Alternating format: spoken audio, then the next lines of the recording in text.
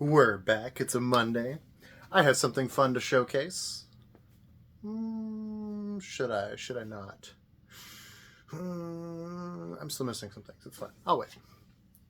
So, The Hunted. We've been talking about this a bunch. I mentioned many weeks ago that the flesh and blood market would start moving as people look to find money elsewhere. Because it turns out that my camera's crooked. Anyway. Much better. It turns out I wasn't too far off the mark.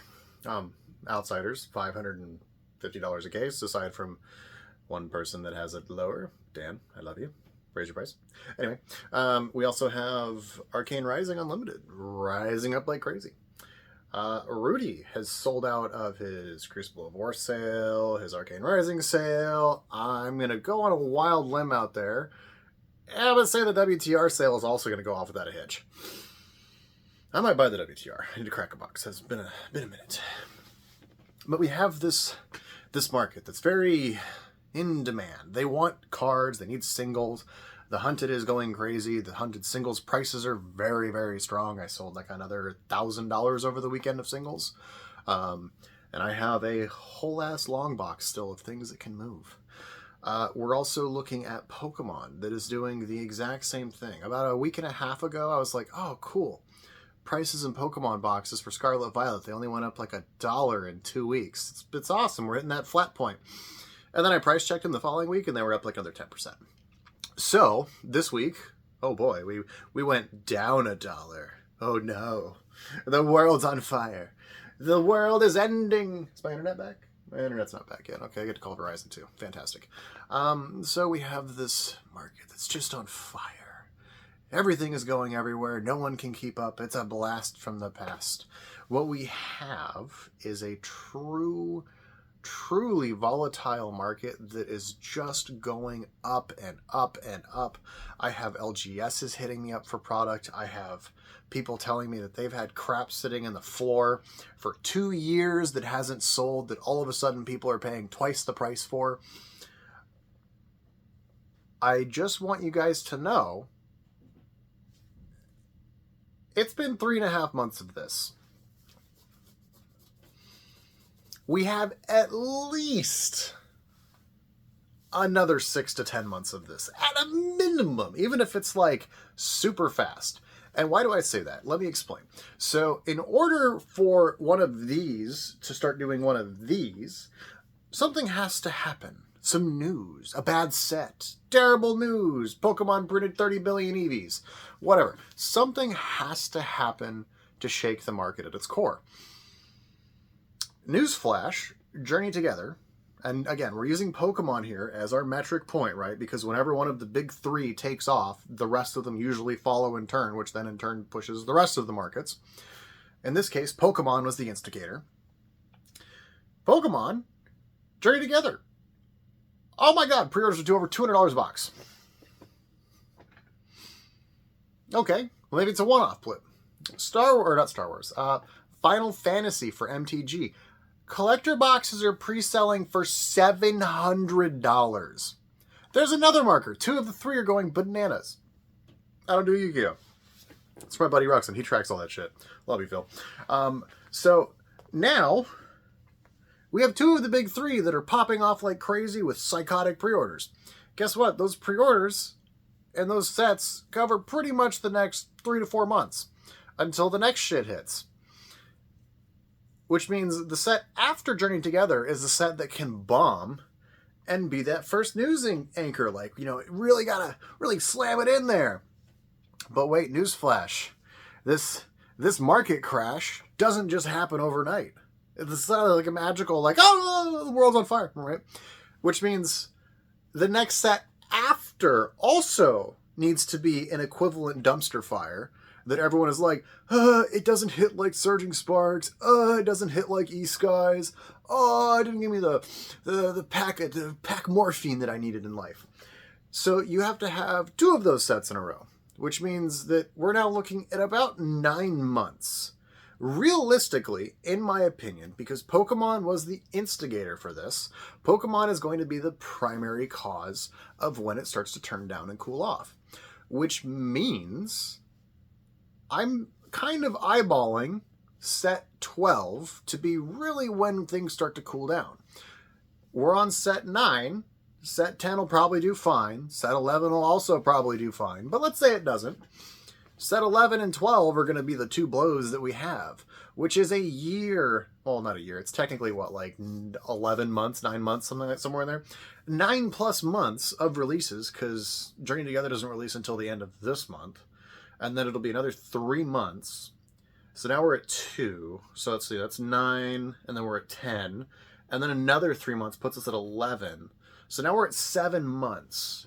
And if that set's bad, that's where that chain starts. And now we have another 3 months on top of that the next set also has to suck big old donkey you-know-whats.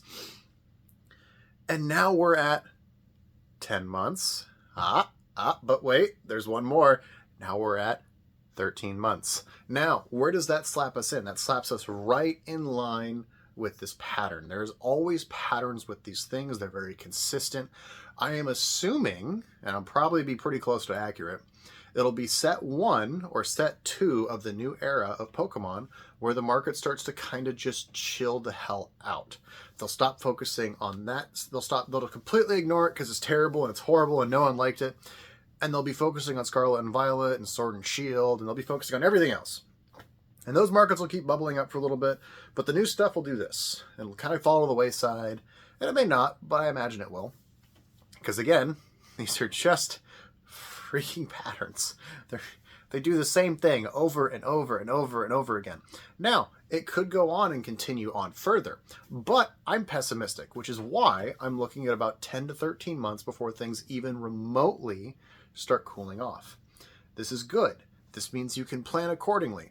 There is plenty of time to make money, to make gains, to find your points. If you have stuff at MSRP right now, and your goal is to sit on it for 10 or 20 years like mine, don't sell. Wait. The longer you can wait, the better off you'll be. If you can hold out for 2 or 3 of these market cycles, that's where you start making serious compounding gains. That's where you start paying $150, even if you're at MSRP, you pay $150 a box for Pokemon, for example, or even Magic, $150 for Magic. And you wait 2 or 3 cycles for this, and it goes from 150 to like 250. Now it's 750 about 10 years later.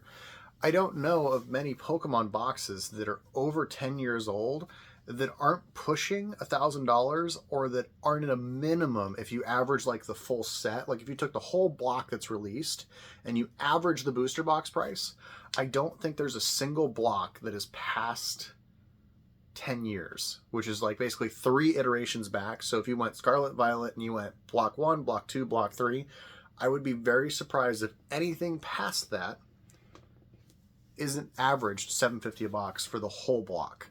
And this has been very consistent. Sword and Shield's doing the exact same thing.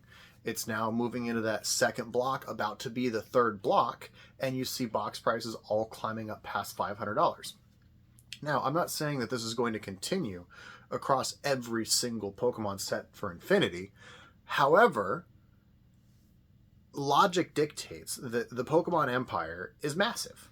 So logic dictates that future sets will probably do similar things. It may not be as extreme, but they'll do similar things.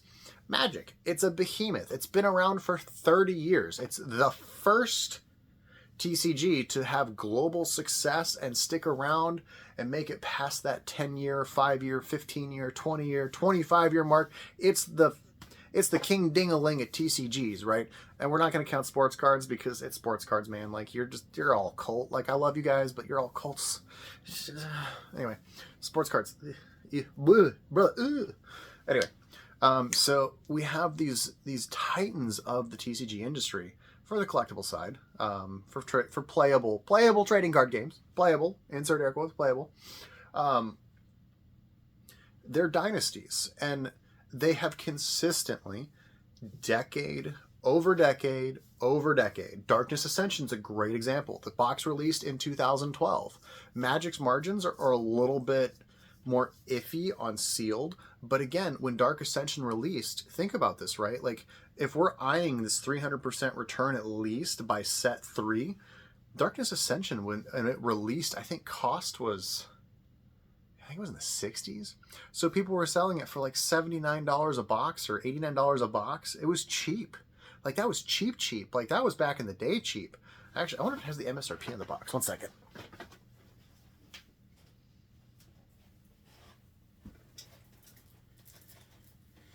Let's see. Let's see if it has the price in the box. I don't think it does. I might be missing it, but I don't think it does. Da, da, da, da, da. Okay. Oh well. Oh my god, premium cards, 1 in 67. Okay. So, again, logic dictates. So, we used to be able to pick up packs of Magic for $3. Box in there is 36 packs. They're going to sell them at a pack price of $3 probably, $2, $2.50, whatever. You're looking at $80, $90 a box shipped when you're buying the bulk prices, right? Because you're buying the whole box. They do bulk, they do store discount prices and blah, blah, blah. And I know for a fact that boxes used to be 60, 70 bucks back then. So like stores are probably making 10 or 15%. So they're probably selling them for like $80 to $85. Darkness Ascension is now $175, $200. We're almost, not quite, but we're almost 2x those original sale price points. I'm just saying, like, you begin to see these patterns. And if you just wait long enough, you'll be fine. There's no need to be like, oh my God, I gotta sell everything right now in the product. Like, if you're tight for money, just then sell your stuff. Like, if you have debts to pay off your debt. If you don't have debts to pay off, just wait. It's easy. Solution's easy. But yeah, guys, it's such a it's not simplistic. It's such a consistent, it's so consistent how this market works and how it is. It's just crazy to me that everyone just seems to just like lose their minds every time. I don't know. Bye.